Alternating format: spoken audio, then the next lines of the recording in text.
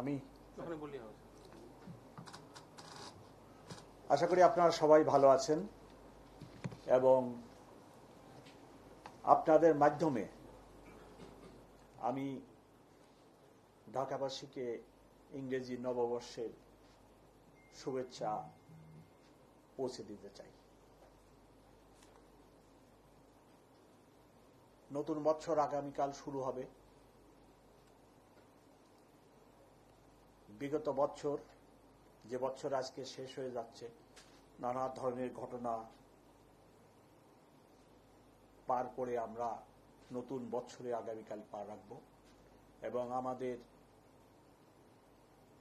আগামী বছরের দিনগুলো যাতে ভালো যায় সেই জন্য মহান আল্লাহ পাকের কাছে আমরা সবাই প্রার্থনা জানাই। যদিও আগামীকাল ইংরেজি নববর্ষ শুরু হবে, তথাপিও বিগত বছরের অভিজ্ঞতায় দেখা যায় রাত্র 12টা 1 মিনিটে ব্যাপক হারে আতশবাজি, ক্লাস্টার বোমা, ফানুস ব্যবহার হয়ে থাকে। চলতি বছর আজকের শেষ দিন, আজকে রাত্রে একই ধরনের ঘটনা ঘটার আশঙ্কা আছে। সেই জন্য আজকে আমরা এই ব্রিফিং এর আয়োজন করেছি এবং এবছরই এই ব্রিফিং এর ব্যতিক্রম হচ্ছে পরিবেশ মন্ত্রণালয়ের অতিরিক্ত সচিবের উপস্থিতি এবং উনি আপনাদেরকে আতশবাজি, শব্দ দূষণ এবং অন্যান্য এই ধরনের কার্যক্রমের কি বিরূপ প্রতিক্রিয়া হয় মানুষের দেহে এবং পরিবেশে সেটা বিস্তারিত বলেছেন। আমি বা আমার সহকর্মীরা এই ব্যাপারে কোনো বিশেষজ্ঞ নয়, তবে আমরা সাধারণ মানুষ হিসেবে জানি যে শব্দ দূষণ আমাদের শরীরের উপরে কি ধরনের বিরূপ প্রতিক্রিয়া ফেলে।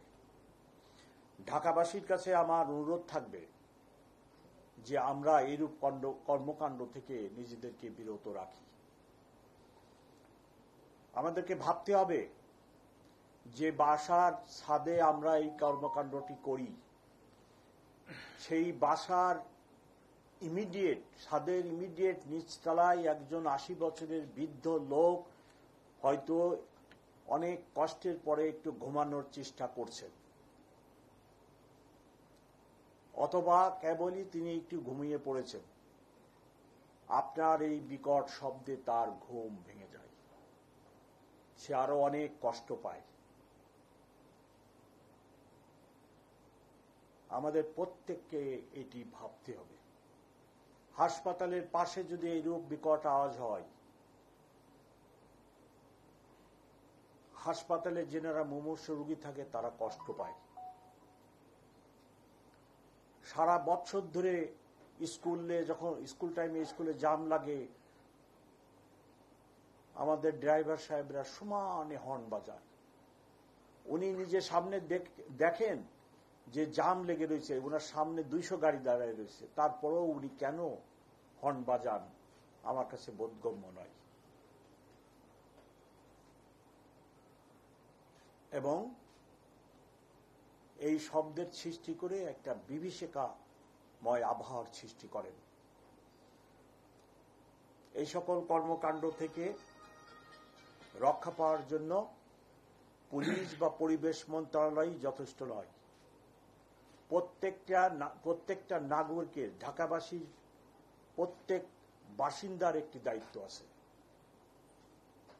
আপনি যে গাড়িতে চড়েন আপনারও দায়িত্ব আছে আপনার ড্রাইভার সাহেব যত্র এইরূপ হর্ন বাজান কিনা, আপনার ড্রাইভার সাহেব ট্রাফিক আইন মেনে চলে গাড়ি চালান কিনা।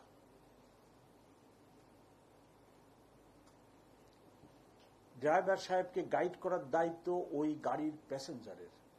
যিনি সম্মানিত যাত্রী থাকেন, উনি লেখাপড়া জানেন, উনি একজন সচেতন মানুষ, ওনার সিটিজেন দায়িত্বশীল বা যেগুলো দায়িত্ব আছে উনি ওটা বুঝেন, এবং বড় বড় বড় শহরে বাস করার জন্য কি কি আমার মেনে চলা উচিত উনি বুঝেন। তাই ওনার একটি দায়িত্ব আছে যে যত্রতত্র যেন গাড়ির হর্ন না বাজায়, সেই জন্য তার ড্রাইভারকে পরামর্শ দেওয়া।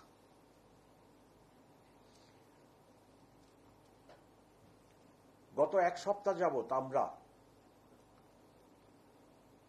আতশবাজি, রকেট বোমা, ক্লাস্টার বোমা, পটকা ইত্যাদি যাতে নববর্ষ উপলক্ষে ব্যবহৃত না হয় সেই জন্য ঢাকা মেট্রোপলিটন পুলিশ অভিযান চালায়, এবং সেই অভিযানে আমরা চকলেট বোমা, ক্লাস্টার বোমা, পটকা বোমা, আতশবাজি, রকেট বোমা, বিভিন্ন বিস্ফোরক মোট 172 কেজি উদ্ধার করি। এ সংক্রান্তে মামলা হয় 5টি এবং গ্রেপ্তারও 5 জন। উদ্ধার কাজে ডিবি, কোতোয়ালি থানা, লালবাগ থানা, ভাসানটেক থানা ও পল্লবী থানা জড়িত ছিল। আজকের দিনটি নানাবিধ কারণে সিগনিফিক্যান্ট, এবং আমি সব জায়গায় বলি ঢাকাবাসীর জন্য ট্রাফিক একটি দুর্ভোগের নাম।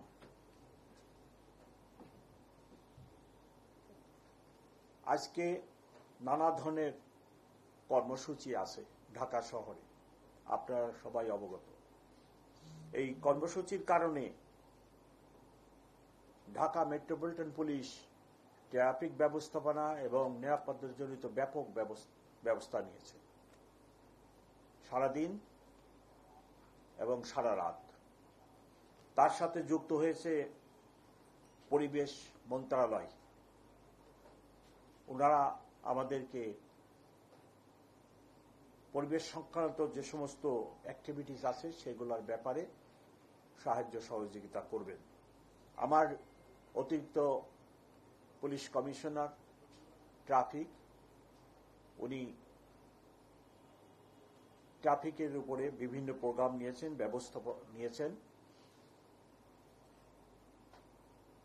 তার মাধ্যমে আমরা ঢাকাবাসীকে কতটুকু ট্রাফিক দুর্ভোগ লাঘব করতে পারি সেই প্রচেষ্টাই থাকবে। আমি সকলকে আপনাদের মাধ্যমে ঢাকাবাসীকে ইংরেজি নববর্ষের শুভেচ্ছা জানাই, এবং আমাদের ঢাকা মেট্রোপলিটন পুলিশের এই সকল কর্মকাণ্ডে আপনাদের সহ ঢাকাবাসীর সহযোগিতা কামনা করি।